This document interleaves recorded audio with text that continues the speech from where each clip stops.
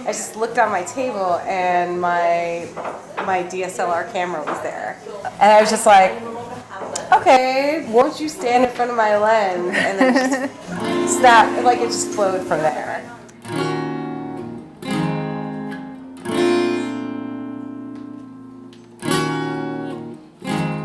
I'm Louise. I chat with musicians, and my guest today is Swagata. Yes. Did I pronounce it right?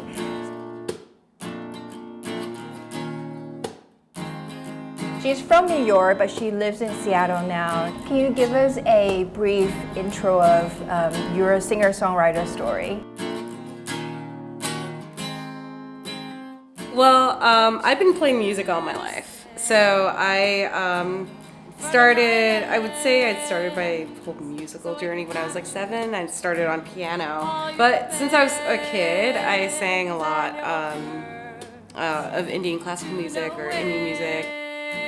What I guess got me into the whole singer-songwriter realm was just watching some of my friends do it and just my love of music.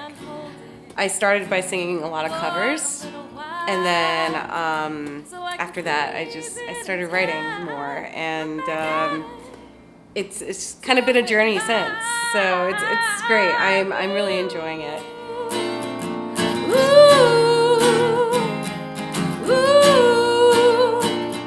I moved out to Seattle about 8 months ago, mainly for work.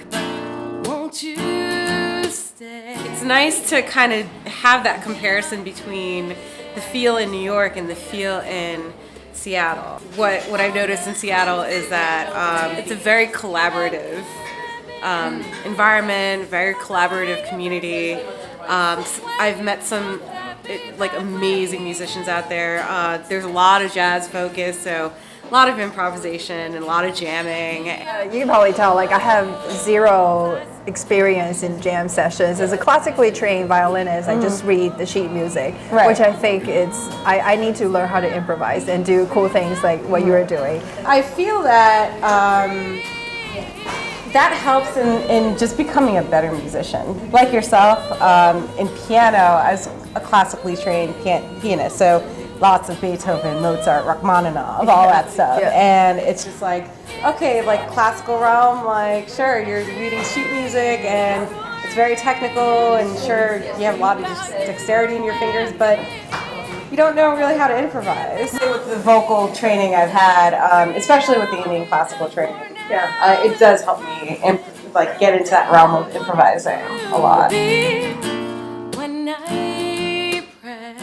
Talk about your new single, Lens. Watching the music video. It's shot in New York, and I recognize this is my city, so that also brings me closer to the music. But now I want to hear from you the story behind Lens. I think I was just awake at like 2 in the morning because creatives, I think the creative energy comes at like 2 in the morning, 3 in the morning, right? Just started experimenting, and I found these 3 chords that really resonated with me. And this groove that came, and there was no words yet until I just looked on my table and my DSLR camera was there.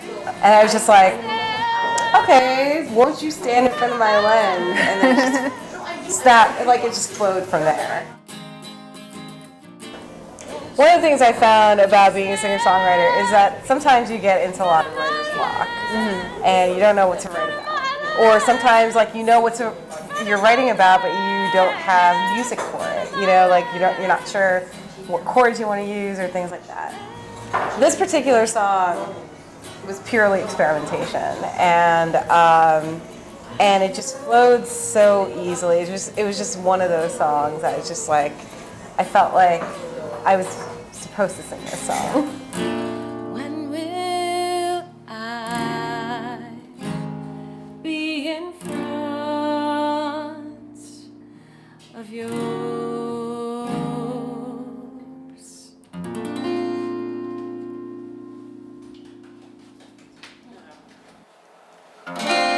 When will I, and then be in front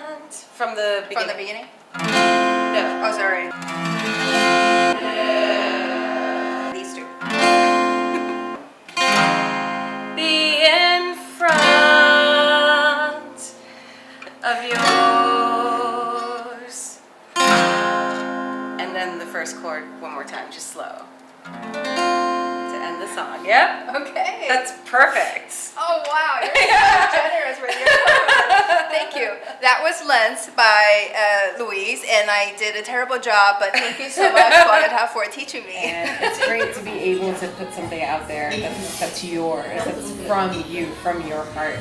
And so I think like for anyone who has a little bit of apprehension about putting things out, it's just, do it for you. Like, do it for you, and it'll just make you happy that way. Well, take it from Swagata. Just do it. Do it for you, and make yourself happy. Yeah. Thank you so much. Thank you so much for having your me. music. Thank you. And also, you're my guitar teacher. Right. I